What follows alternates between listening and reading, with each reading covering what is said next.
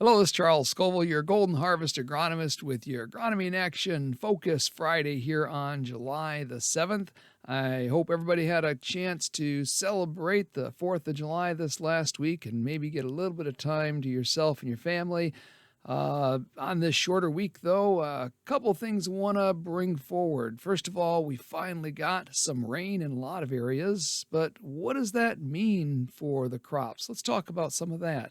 Second, I want to hit real quickly on double crop soybean thoughts because we're getting more questions about that as wheat is nearly ready for harvest.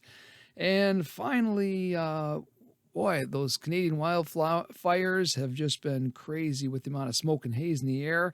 Getting questions about how that's going to affect the corn and soybeans this year. And got some answers I want to share with you from Ohio State. So let's jump right in it here today and talk about the rain. So if I think about locally here, we got about an inch over the last few days. I've heard of people getting 2 and 3+ inches. So what a blessing that has been as we think about the ability to uptake nutrients, put that all those nutrients in soil solution and put them in those plants as those plants are just really growing fast and putting some height on.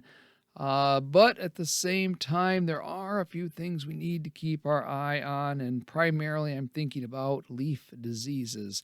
And so tar spot has been identified in Iowa. There's been some rumors a couple other places, but probably not a bad idea over the next couple weeks to start looking out there in our fields for some tar spot.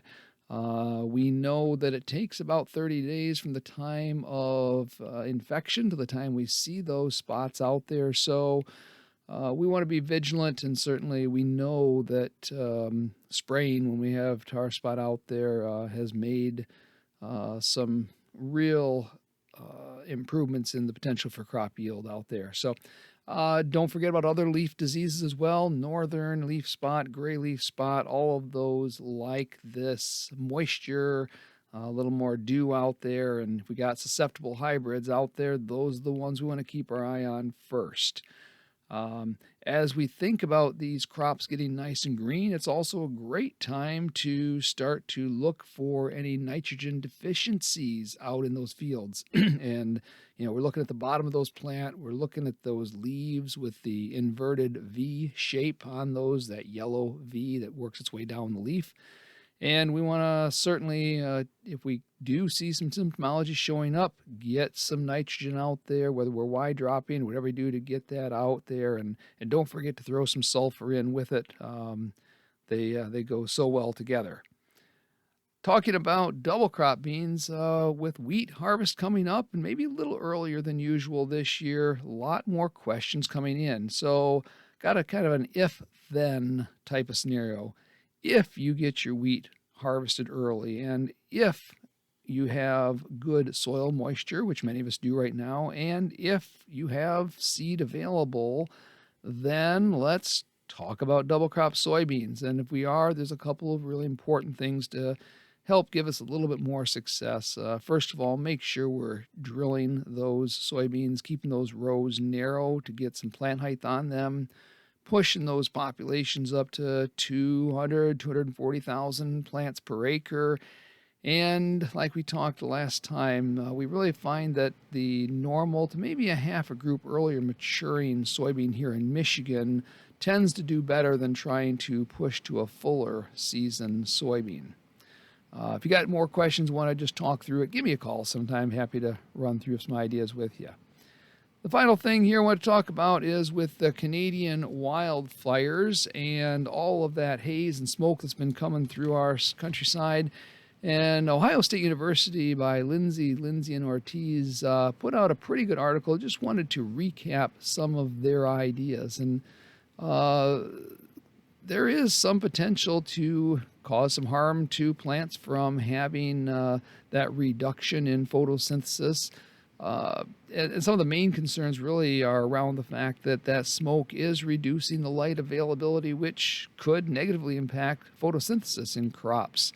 But what we think so far is really we got to be closer to a 30 to 50% reduction or amount of shading out there to really do much damage. And that most of that tends to be a concern not in the vegetative growth stage, but more in that reproductive growth stage. So pretty good situation there.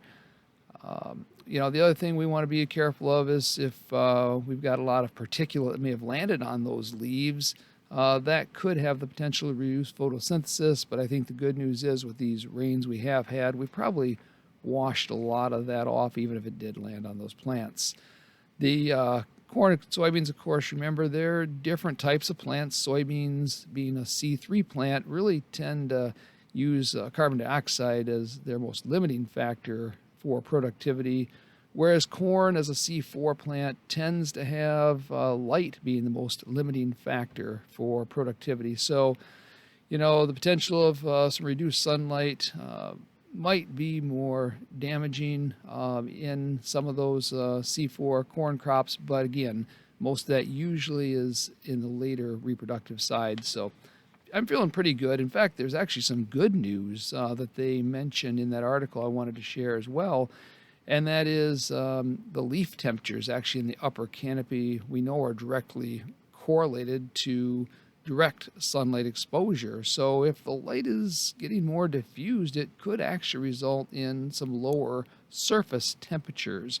And that could be good under truly what we had was a lot of that drought and stress conditions earlier last couple of weeks.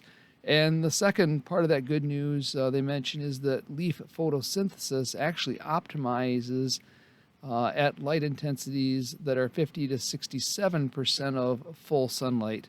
And diffused light can actually help with photosynthesis compared to full direct light. So, we're going to learn a lot come harvest here, but I think from what the experts are saying is probably haven't had a lot of negative concerns with the smoke from the wildfires, but certainly not very enjoyable, and glad to see that most of that seems to be dissipating right now. The absolute last thing for today is I want to do something a little bit fun.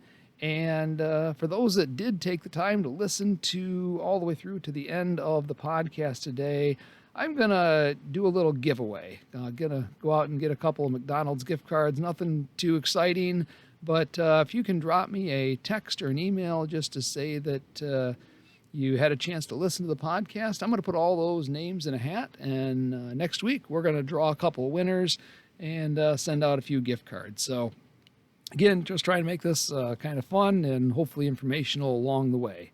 So with that, I hope you had a great week and a better week yet to come. This is Charles Scoville, your Golden Harvest agronomist, with your Focus Friday here on July the 7th.